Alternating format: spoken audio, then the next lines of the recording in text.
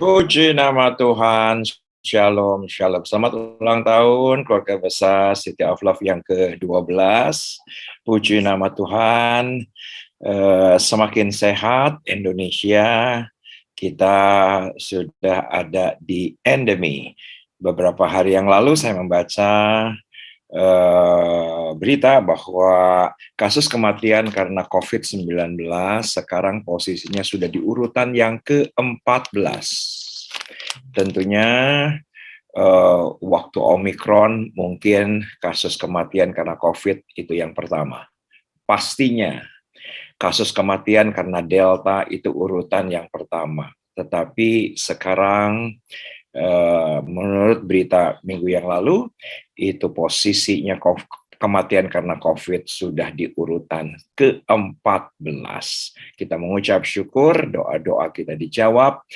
Kita mengucap syukur bahwa Tuhan yang berdaulat atas katak, atas berdaulat atas lalat, berdaulat atas rangga, dan juga Tuhan berdaulat atas COVID-19. Sesuatu yang sangat dramatis, tetapi saya tahu bahwa perjuangan kita belum selesai, dan saya mau berkata kepada semua teman-teman, saya sungguh bersyukur saya masih hidup. Saya sungguh bersyukur saya masih hidup, masih bisa berkarya, masih bisa melayani, bisa melihat anak dan cucu dan keluarga semua dalam keadaan baik-baik saja. Yuk, kita akan lihat Matius pasal yang ke-20. Saya minta maaf Pak Timothy, tadi jam 6 ketika ya benar kemarin saya info bahwa akan membahas soal antisipasi, tetapi tadi ketika saya cari slide-nya, nggak tahu kok nggak ketemu slide-nya akan saya kirimkan kepada Ibu Desi, tetapi akhirnya ya Tuhan belokkan, saya percaya ini seizin Tuhan. Kita akan berbicara perumpamaan tentang orang-orang upahan di kebun anggur. Kebun anggur figuratif daripada keselamatan. Kenapa? Karena semua kita tahu anggur adalah sesuatu yang luxurious. Anggur adalah sesuatu yang sangat mewah. Air menjadi anggur figuratif dari sesuatu yang ordinary menjadi extraordinary. Dan bukankah semua kita adalah pekerja-pekerja kebun anggur? Kenapa? Karena semua kita mengalami extraordinary grace daripada Tuhan, dan kita ada hari ini semua karena anugerah. Maka dari Matius pasal yang ke-20 ini saya berikan judul, yaitu adalah sisi lain anugerah. Saya berikan tema daripada ibadah Zoom tengah minggu malam hari ini, saya berikan judul sisi lain anugerah. Karena semua kita mengerti bahwa kebun anggur itu berbicara, itu adalah figuratif daripada keselamatan, figuratif daripada anugerah, figuratif dari kasih karunia, figuratif dari pekerjaan Tuhan dan kerajaan sorga di bumi. Ada satu sisi menurut saya yang indah, yang saya pelajari beberapa hari, dan ini yang saya yakin Roh Kudus ingin sharekan bersama dengan Anda. Nah, ternyata kalau kita melihat perumpamaan tentang orang-orang upahan di kebun anggur, ternyata ada 3 level upah di sana. Yang pertama tentunya bagi yang bekerja pagi-pagi benar. Bekerja pagi-pagi benar. Tetapi juga ada upah anugerah di dalam kasih karunia, ternyata yaitu bagi yang bekerja jam 9, jam 12, atau jam 3 petang. Itu adalah kelompok yang kedua. Tetapi ini doa saya bahwa semua kita menjadi pekerja-pekerja jam 5 sore, pekerja-pekerja jam 5 sore, karena pekerja-pekerja yang 5 sore mendapatkan anugerah. Kenapa saya katakan anugerah? Karena dia mendapatkan yang seharusnya tidak dia dapatkan. Dan bukankah itu adalah kasih karunia? Kasih karunia adalah kita tidak mendapatkan yang seharusnya kita harus dapatkan, yaitu adalah penghukuman. Tapi juga kita mendapatkan yang seharusnya kita tidak dapatkan, yaitu adalah keselamatan. Jelas, kebun anggur figuratif daripada keselamatan dan kasih karunia. Nah, yuk sama-sama kita akan analisa teks Alkitab malam hari ini. Ternyata ada 3 level anugerah yang tertulis dalam Matius pasal yang ke-20. Kita akan analisa teks, saya tidak berani untuk tafsirkan, tetapi betul-betul kita akan lihat ayat demi ayat. Demikian firman Tuhan. Adapun hal kerajaan sorga sama seperti seorang tuan rumah yang pagi-pagi benar keluar mencari pekerja-pekerja untuk kebun anggurnya. Jadi kalau kita melihat dalam konteks akhir zaman, itu jelas bahwa ada satu orang yang mengundang, untuk masuk dalam perjamuan malam, perjamuan yang terakhir, tetapi ada berbagai macam orang yang beralasan. Tentunya pekerja-pekerja ini adalah yang masuk klasifikasi ketika dipanggil dan berkata iya. Ketika dipanggil dan berkata iya. Nah, setelah dia berkata iya, perhatikan ayat yang kedua. Setelah ia sepakat dengan pekerja-pekerja itu mengenai upah dinar sehari, ia menyuruh mereka ke kebun anggurnya. Jadi 1 dinar sehari ternyata Bapak Ibu, ini berdasarkan kesepakatan. Kalau misalnya kesepakatannya 5 dinar, bisa saja. Kalau kesepakatannya 10 dinar, bisa saja. Namanya juga agreement, di mana ada 2 orang atau 2 pihak yang bersepakat. Ayatnya jelas berkata, karena waktu itu mereka bersepakat 1 dinar, maka inilah yang dipakai oleh semua penafsir Alkitab, bahwa pada zaman itu upah kerja sehari adalah 1 dinar. Padahal bisa saja 5 dinar, bisa saja 10 dinar. Tapi menurut analisa teks Alkitab ini, Tuhan Yesus memberikan perumpamaan sepakat 1 dinar. Nah, dari sini slide berikutnya, inilah level upah yang pertama. Level upah yang pertama, upah berdasarkan negosiasi. Masing-masing punya bargaining power. Masing-masing punya kekuatan yang sama, punya posisi yang sama, dan kemampuan yang sama. Yang satu punya kebun anggur, pemiliknya, pemilik rumah, datang dan punya kekuatan yang sama para pekerja-pekerja, yaitu tenaga dan waktu. Mereka equal, namanya juga agreement. Ini adalah level yang ke-1. Dan banyak kali penafsir Alkitab, teolog, bahkan pengkhotbah berkata ini adalah agreement hukum Taurat. Saya tidak akan menyentuh hal di sana, tetapi kita kembali analisa teks Alkitab saja. Sebetulnya mereka sudah dalam keadaan ada dalam anugerah. Kenapa? Karena mereka bekerja di kebun anggur. Itu harus kita sepakati dulu, bahwa mereka bekerja dalam anugerah. Tetapi yuk kita lihat level yang kedua. Ayat berikutnya, ayat yang ketiga. Demikian firman Tuhan. Kira-kira pukul 9 pagi ia keluar pula, dan dilihatnya ada lagi orang-orang lain menganggur di pasar. Pasar adalah figuratif daripada dunia ini. Jadi menurut konteks ini, pasar adalah gambaran, simbol daripada dunia ini, dan banyak orang menganggur di dunia ini. Tetapi mereka dibawa dalam kebun anggur. Mereka setuju masuk dan bekerja di kebun anggur. Tapi perhatikan ayat yang keempat, katanya kepada mereka, pergi jugalah kamu ke kebun anggurku, dan apa yang pantas akan kuberikan kepadamu, dan mereka pun pergi. Ayat yang kelima, Perhatikan, kira-kira pukul 12 dan pukul 3 petang ia keluar pula dan melakukan hal yang sama seperti tadi. Punten, tolong diperlihatkan ayat yang sebelumnya, ayat yang keempat. Ternyata yang pertama, mereka bekerja berdasarkan kesepakatan. Tetapi yang bekerja jam 9, jam 12, dan jam 3 petang berdasarkan kepantasan. Ini tafsiran saya.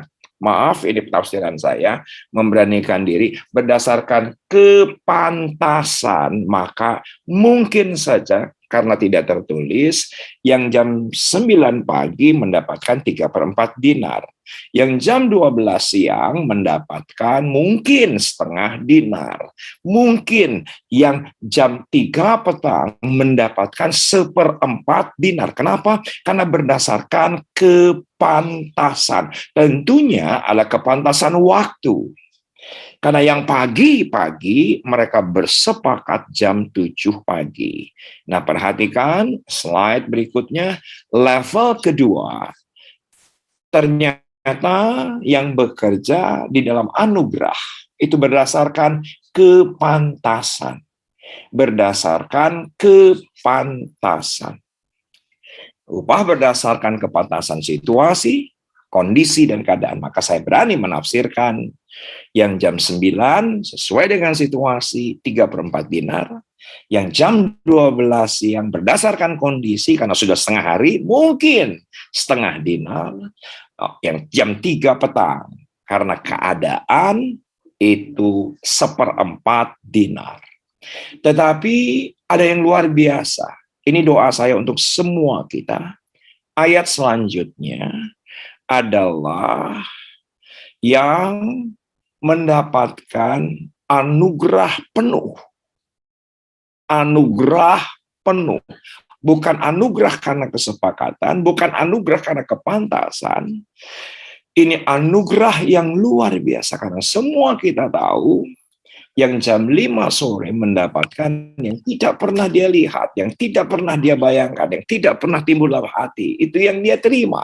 1 dinar. Sama seperti yang bekerja jam 7 pagi. Yuk kita akan lihat rahasianya. Maka saya berikan judul, tema khotbahnya adalah The Other Side of Grace. Ternyata ada satu sisi yang kita harus lihat. Maaf, jarang dibahas oleh pendeta. Maaf, jarang dilihat oleh banyak pengkhotbah. Jadi yuk sama-sama, karena ini mungkin banyak di antara Anda yang mendapatkan pewahyuan ini pertama kali seperti saya. Juga pertama kali setelah analisa teks Alkitab ayat yang ke-6, kira-kira pukul 5 petang, ia keluar lagi mendapati orang-orang lain pula, lalu katanya kepada mereka, "Mengapa kamu menganggur saja di sini sepanjang hari?" Jadi pemilik kembali datang ke pasar, datang ke figuratif dunia ini, "Kenapa kamu menganggur?" Ini jawabannya. Kata mereka kepadanya, "Karena tidak ada orang mengupah kami." Perhatikan analisa teks Alkitab. Katanya kepada mereka, "Pergi jugalah kamu ke kebun anggurku." Saudaraku, mereka pergi tanpa kesepakatan. Mereka pergi tanpa kepantasan. Mereka pergi tanpa negosiasi, tanpa pembicaraan, tanpa pembahasan apapun. Berbeda dengan yang jam 7, jelas, sepakat, ada pembahasan, ada pembicaraan. Yang jam 9, 12, dan jam 3 petang pasti ada komunikasi. Karena berdasarkan kepantasan. Oh, kamu pantasnya segini, kamu pantasnya segitu. Tetapi perhatikan, yang jam 5 sore, tanpa komunikasi, tanpa negosiasi, tidak ada punya bargain power sama sekali. Maka inilah yang ketiga. Upah yang ketiga adalah upah tanpa syarat apapun. Justru yang melayani, bekerja untuk Tuhan, untuk pekerjaan Tuhan, tanpa syarat apapun, dia akan menerima apa yang tidak pernah dilihat, tidak pernah didengar, tidak pernah timbul dalam hati. Itu yang Tuhan sediakan. Saya ingin memastikan bahwa semua teman-teman 60 devices yang begitu ibadah ini, mengikuti level 1, level 2, level 3.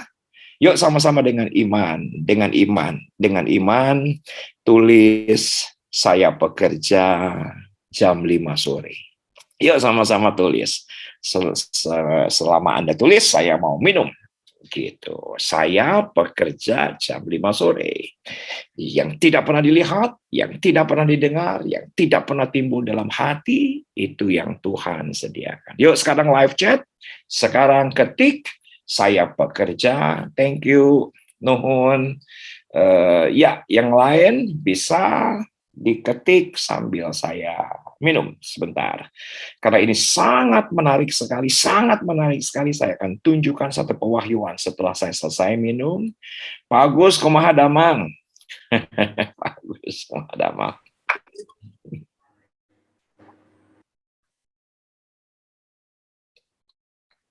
Oke. Kita bekerja jam 5 sore, kita mendapatkan yang tidak pernah kita lihat, yang tidak pernah kita dengar, yang tidak pernah timbul dalam hati, karena kita mau bekerja tanpa syarat apapun.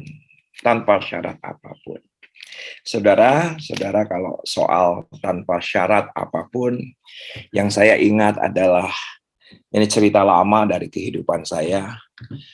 Ketika tahun 1999, kehidupan di ujung kehancuran, di ujung perkawinan di ujung kehancuran, keluarga di ujung kehancuran, kesehatan di ujung kehancuran, segala sesuatu di ujung kehancuran. Saudaraku, akhirnya saya mengambil keputusan untuk konseling dengan Om Nyo, papanya Pak Niko. Dan Pak Niko, saya nggak pernah bisa lupa ketika saya sampai di rumah Om Nyo di Ciputat, Om Nyo dengan aksen Bondowosonya, dia berkata bahwa aku wis doa kemarin untuk kamu, Risa. Ya wis, kamu daripada hidup kamu udah segala sesuatunya diambang kehancuran, wis kamu melayani Tuhan.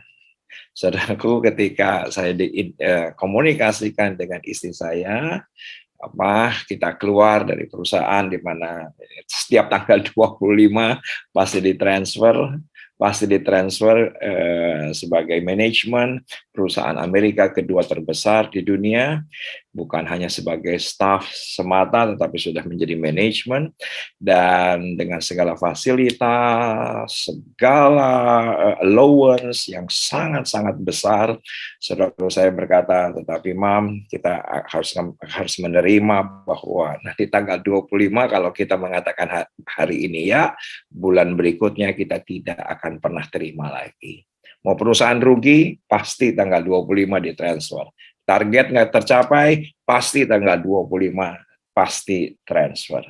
Dan akhirnya istri saya berkata bahwa ya ini keadaan sudah chaos, jadi ya sudah, kita nyerah saja sama Tuhan. Saya nggak tahu, benar-benar nggak tahu melayani Tuhan ketika itu.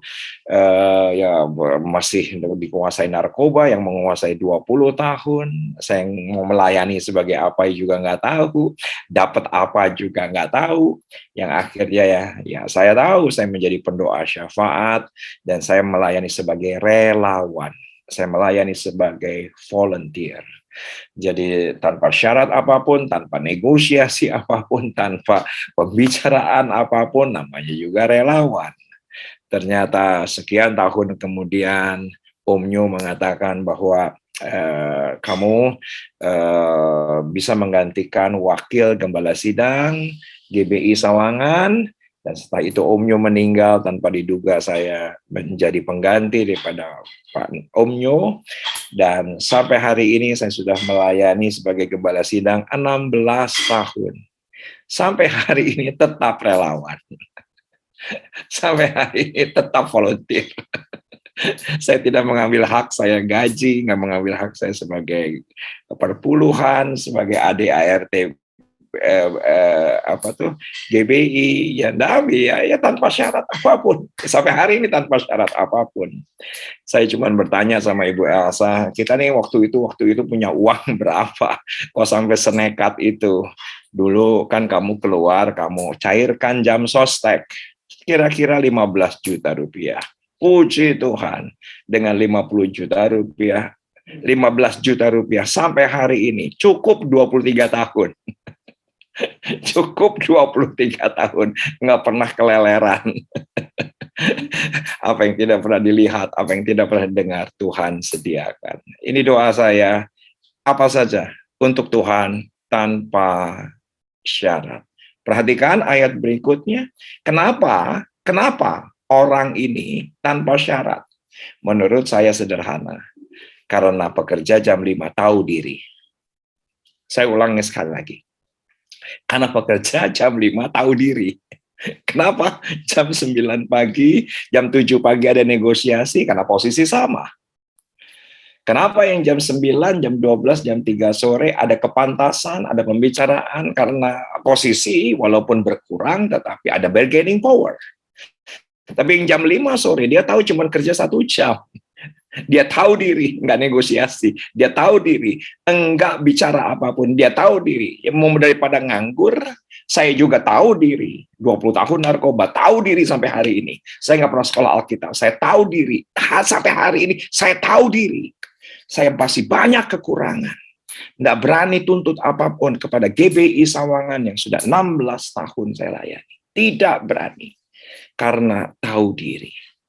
Nah ternyata, maaf, saya minta maaf. Orang yang tahu diri di hari terakhir cukup langka. Cukup langka. Cukup langka. Ini doa saya. Ternyata tadi yang menulis pekerja, saya pekerja jam 5. Adalah pekerja yang tahu diri. Karena tanpa syarat. Ayat yang ke-8, ketika hari malam Tuhan itu berkata kepada mandurnya, panggillah pekerja-pekerja itu, bayarkan upah mereka, mulai dari mereka yang masuk terakhir, jam 5 sore, yang tidak ada negosiasi, tidak ada syarat apapun, hingga mereka yang masuk terdahulu, yang jam 7 pagi. Maka datanglah mereka yang mulai bekerja kira-kira pukul 5 dan mereka menerima masing-masing 1 dinar. Tanpa disangka, tidak pernah dilihat, tidak pernah didengar, tidak pernah timbul hati daripada yang bekerja jam 5. Dia pasti tidak akan pernah menyangka sedikit pun bahwa upahnya akan sama seperti yang jam 7 pagi. Kenapa? Karena dia tahu diri. Maaf, ini angle yang tidak pernah dibahas oleh siapapun. Selalu dibahasnya dari kasih karunia. Dibahas daripada anugerah. Tetapi kenapa sekarang yang jam 5 ini tanpa syarat? Karena tahu diri. Berdasarkan Matius pasal yang ke-20, silakan difoto. Silakan difoto slide berikut ini. Pribadi yang tahu diri adalah yang melakukan untuk Tuhan tanpa pamrih.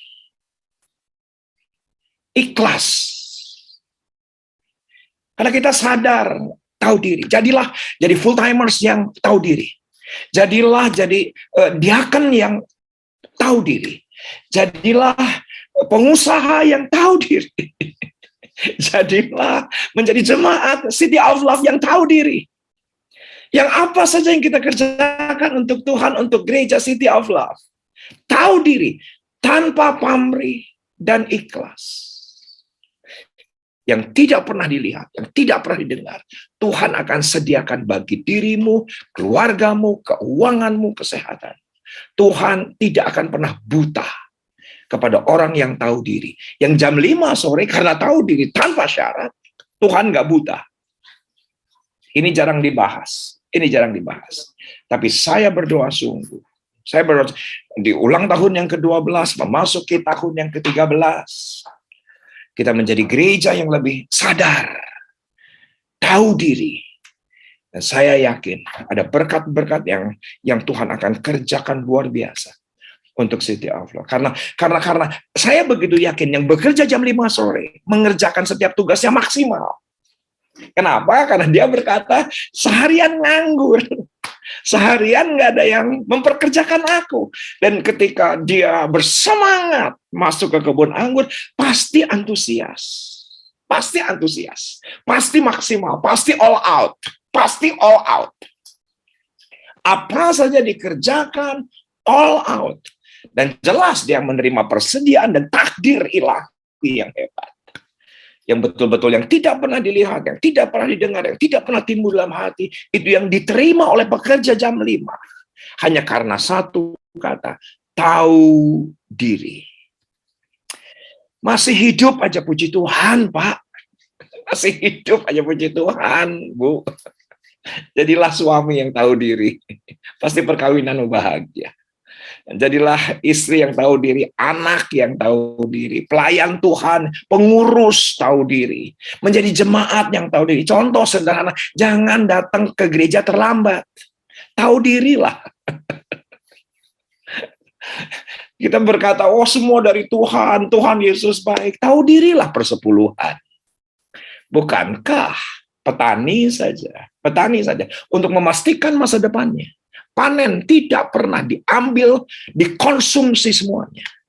Pasti ada yang harus ditaburkan untuk menjamin masa depannya. Untuk menjamin masa depannya. Saya berani khotbahkan ini malam hari ini. Saya itu jarang khotbah perpuluhan, tapi saya tahu persis agar kita mengingatkan diri kita, biar kita tahu diri. Hidup aja udah puji Tuhan, bisa melayani saja puji Tuhan. Dan kita bisa menerima persediaan takdir ilahi yang luar biasa. Luar biasa. Saya berdoa, sungguh saya berdoa. Kita semakin tahu diri. 65 devices yang mengikuti ibadah ini. Ketik sekarang, saya mau semakin tahu diri.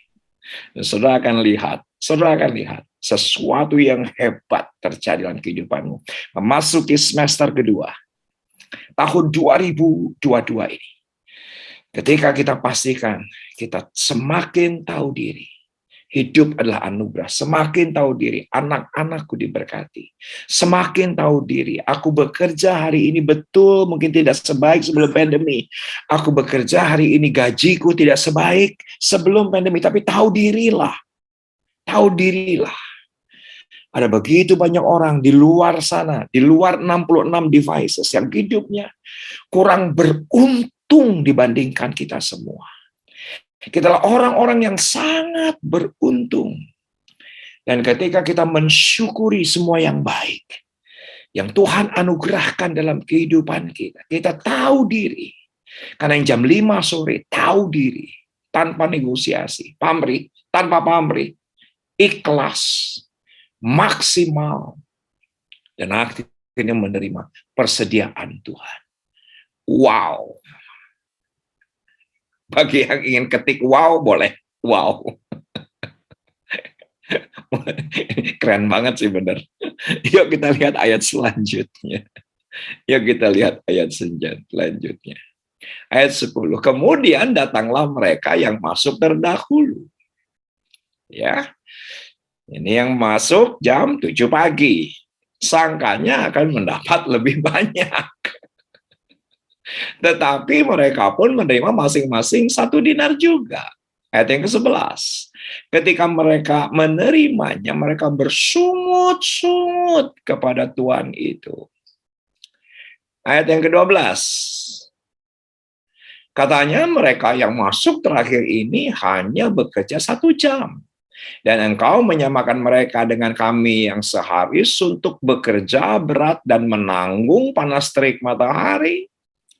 Tapi Tuhan itu menjawab seorang dari mereka, saudara, aku tidak berlaku tidak adil terhadap engkau. Bukankah kita telah sepakat sehari?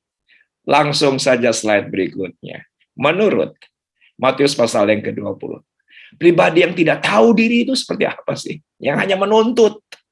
Nuntut terus. Nggak pernah puas.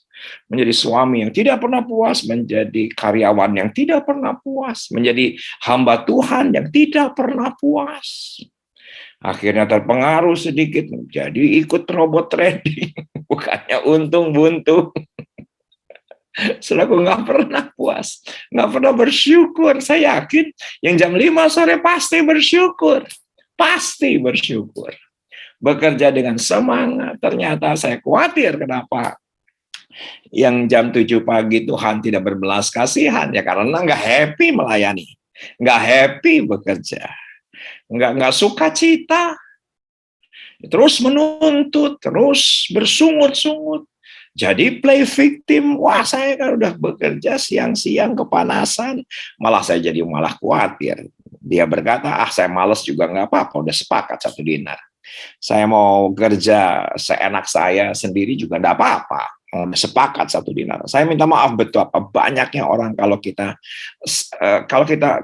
renungkan, dan malam hari ini menjadi self reminder. Karena Tuhan sudah begitu baiknya dalam kehidupan kita. Meloloskan kita dari pandemi. Yuk sama-sama. Jangan sampai menjadi pribadi yang tidak tahu diri. Yang terus menuntut, bukannya memberi, terus bersungut-sungut. Selalu melihat dari sisi negatif. Dan berlaku sebagai korban. Nah, saya kalau khotbah hari Minggu pasti ada contoh-contoh. Tapi rasanya silahkan, nggak perlu dikasih contoh, di capture saja. Slide-nya ada di Ibu Desi, slide-nya ada di Ibu Desi, bisa didapatkan agar betul kita renungkan, agar kita menjadi pribadi yang tahu diri. Puji nama Tuhan, puji nama Tuhan. Ya, kita lihat 1 Korintus 15. 1 Korintus 15 kita lihat. 1 Korintus 15 ditulis oleh Paulus di tahun 56 Masehi. Di tahun 56 Masehi. Dan perhatikan ayatnya, karena itu aku adalah yang paling hina dari semua para rasul, sebab aku telah menganiaya jemaat Allah. Paulus dengan rendah hati karena tahu diri. Dia berkata, aku yang paling hina di antara para rasul. Ditulis oleh Paulus tahun 56 Masehi. 56 Masehi. Tapi perhatikan, 2 tahun kemudian, di tahun 58 Masehi, Paulus menuliskan 1 ayat yang luar biasa, dari banyak ayat tentunya, kepada Efesus.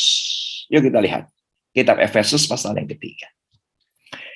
Kitab Efesus pasal yang ketiga, 2 tahun kemudian setelah Paulus berkata, aku yang paling hina di antara para rasul. Itu pun sudah rendah hati sebetulnya.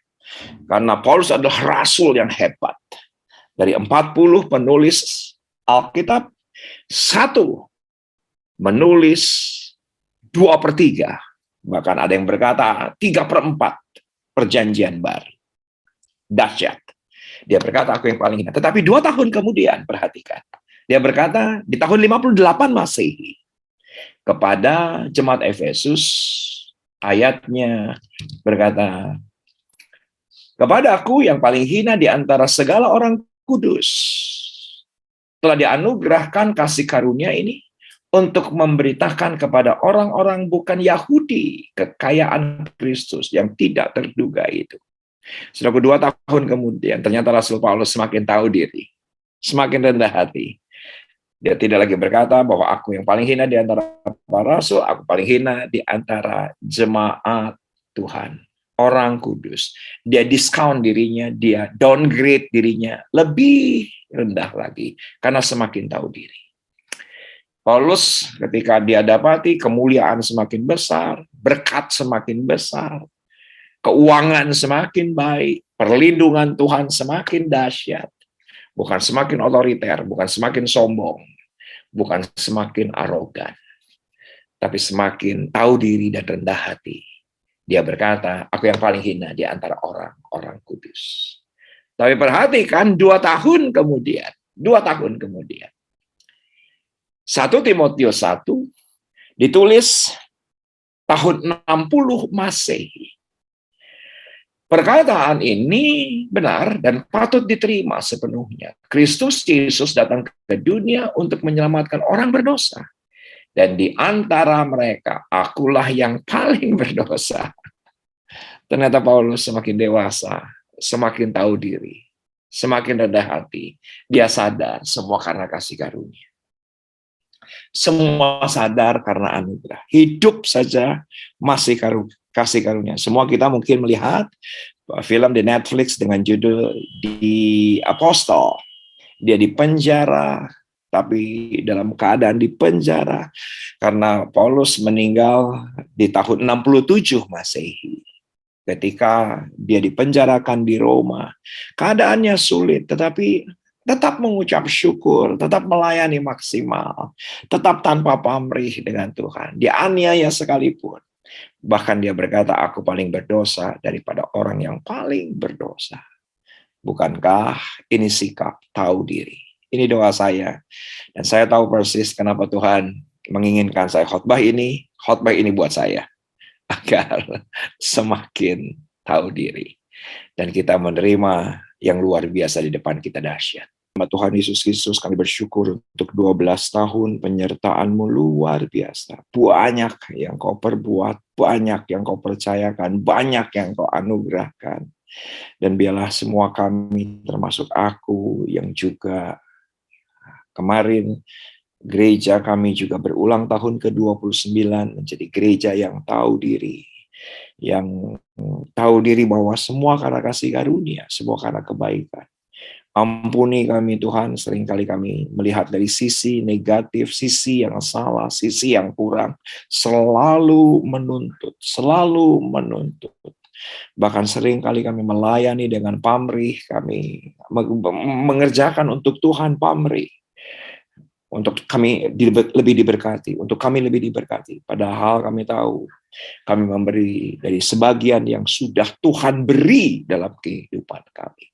Yang sudah Tuhan percayakan dalam kehidupan kami. Waktu, tenaga, uang, semua karena kasih karunia.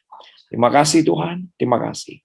Dan kami tahu memasuki tahun yang ke-13, memasuki tahun yang ke-30, IRC Sawangan, kami akan melihat yang lebih dahsyat, yang lebih hebat. Seperti pekerja jam 5 sore. Menerima yang tidak pernah dilihat, tidak pernah didengar, timbul dalam hati. Di dalam nama Yesus, materaikan firman Tuhan yang sederhana ini.